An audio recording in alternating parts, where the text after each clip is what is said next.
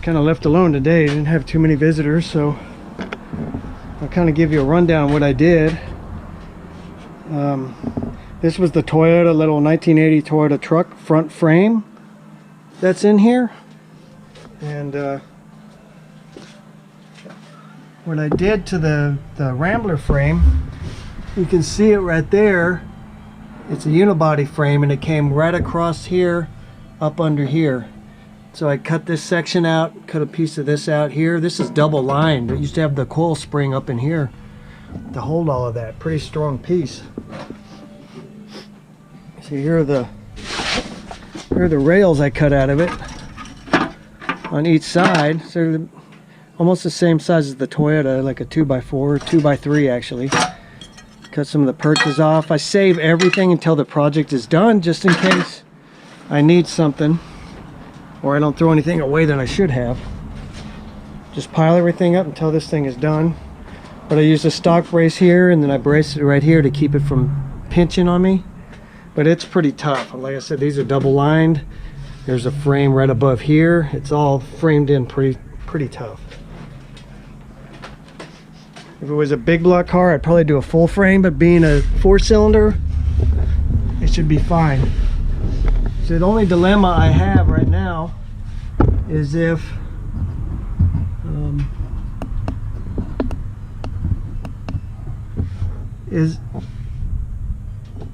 if I want to, this is a torsion bar setup, if I want to leave the torsion bars and everything for ease and to keep it cheap. Got the engine mount bracket right there, torsion bars, everything, pretty nice. I want to keep this thing lightweight as I can because it is a 4-cylinder. The truck was 2,400 pounds and this car is also 2,400, so they're pretty much the same. But now I got this front frame section added also with the unibody, which might add some weight. It could be maybe 50 pounds on this back section, maybe, possibly. I could take the torsion bars out and cut the frame shorter and get rid of this crossbar. I'd still have to make my own. So it's just kind of, you know, where I want to get rid of weight and where it's going to be put back, and if it's even worth the trouble. But I can easily, this frame's pushed up against the floor right now, up in here, and then I can gusset everything right here. Come through here and gusset it all. And it shouldn't be hard at all. It'll be a lot stronger than it was to begin with. But this, the frame that's in this thing is pretty badass.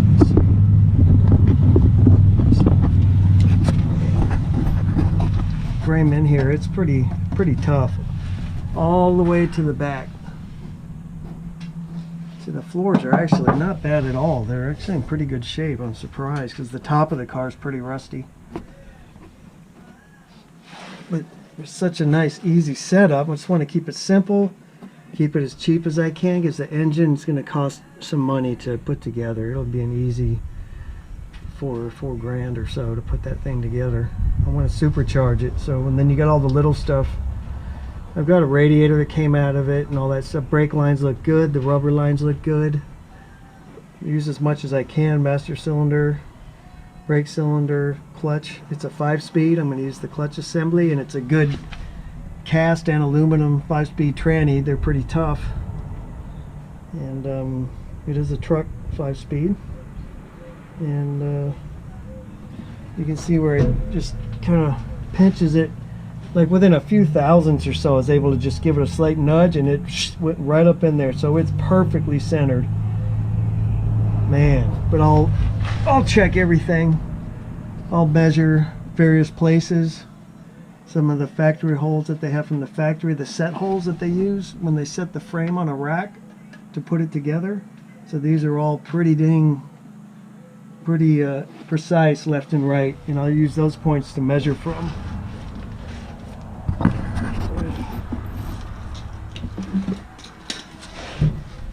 Somebody had put front wheel drive wheels on it, so they're a real crazy offset. So man, I got like 6 inches between the end of the fender and the tire.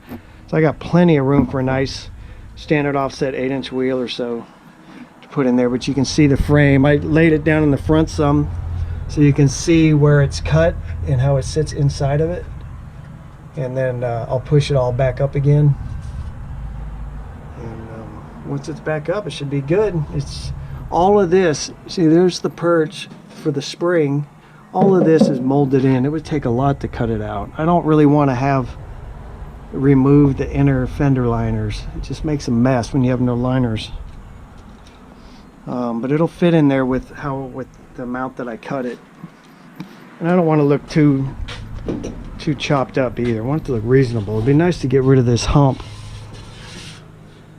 but maybe I don't have to.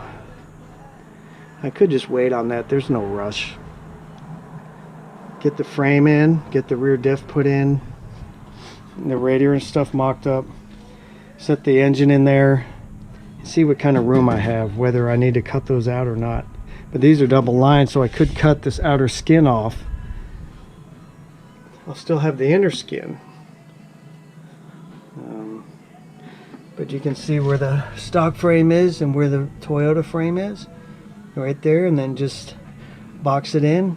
It would be incredibly strong. Right now, anymore right here where all the factory gusseting is, that wouldn't be the high stress point now, because this frame here goes all the way back. It'll move a lot of that stress point under the car now. So it's actually stronger. I can probably cut all of this out and that would be okay. I would leave maybe that portion back there in there, the triangle, for some strength, and then cut out the rest of this. But if I'm not sure of something yet, I'll wait on it till an idea comes to me. But it's pretty awesome, man. I'm excited. Look how far these wheels sit inside of the... It's 55 inches. That's where this car came with stock. It's just those are inward offset, crazy offset. Standard wheel would fill that out a little better. But it shows I can put pretty good tires on that thing. Yeah. But I want to keep this car as light as possible, so I want to make it quick and agile and have a lot of fun with it. But I can't break the bank with it, because that thing right there is the one that's killing me. That's big money. One of them is enough. One of these big money cars is plenty for me. See, there's the diff, 55 inch. It's a 8-inch housing, but it's actually 7.5-inch gear. They came with both 8 and 7.5-inch gears. 4-wheel drives typically had 8s, I believe. This is 2-wheel drive, 7.5, which is fine. It's plenty strong enough for this thing. These are so tough. And I can get a locker set up for that for like $250. And here's some of the stuff I pulled out of it. Here are the stock leaf springs out of the Rambler, tiny little things. I'll use the truck ones, a little stronger and newer. These are pretty old. They'll probably snap right off. Yep, there's the steering column. All this is out of the Rambler. There's the truck. It's really a nice bed on this thing. I'd like to, either I can make that into a nice trailer setup or sell it and let somebody else mess with it. But I'll hang on to some of the factory pieces. Had a set of Toyota seats in it. I'll hang on to those. I was going to put buckets in that thing, but I think I'll leave the bench seat in it. It's actually really good shape. It'd be a lot of fun. Have a 5-speed on the floor of the bench seat, kind of like they had in the 60s. Yeah, but it's in good shape. They've been recovered once before. And that's my 55 Plymouth Custom that I did. Chopped radius wheel wells. My grandparents bought this car brand new.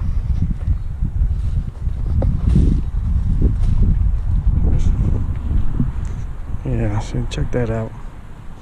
37 Plymouth rear window, I believe.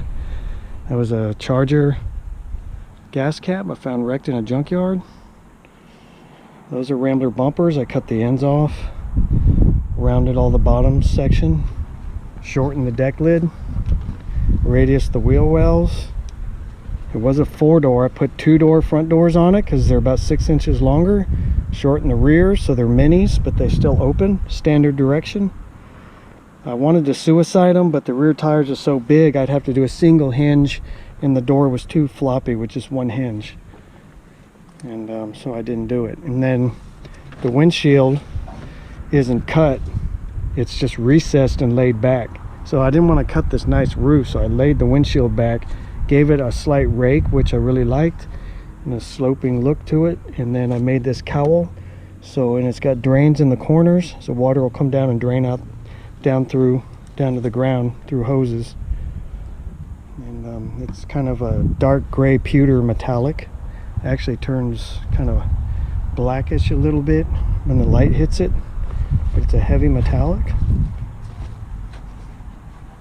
This car is so much fun to drive. It's a stroker motor, big block. It's all Chrysler, C-body Chrysler front suspension with torsion bars, and it's a 493 big block. It'll run about a 12 flat in a quarter mile, about 115, with a stock converter and 370 gears with 30-inch tires on the back. And yeah, it's not the quickest out of the hole with that converter because it's a little under the power range of the cam that's in it. But man, it really starts pulling hard about 60 feet. After first 60 feet, it pulls pretty hard. You can run people down with it pretty good. That's my 36 Ford. And there's my Dodge van project. One of these days, something will come to me. Maybe somebody can give me an idea on what they'd like to see with that. Yep. And there's my fruit tree. It's growing a 80 Toyota front end out of it.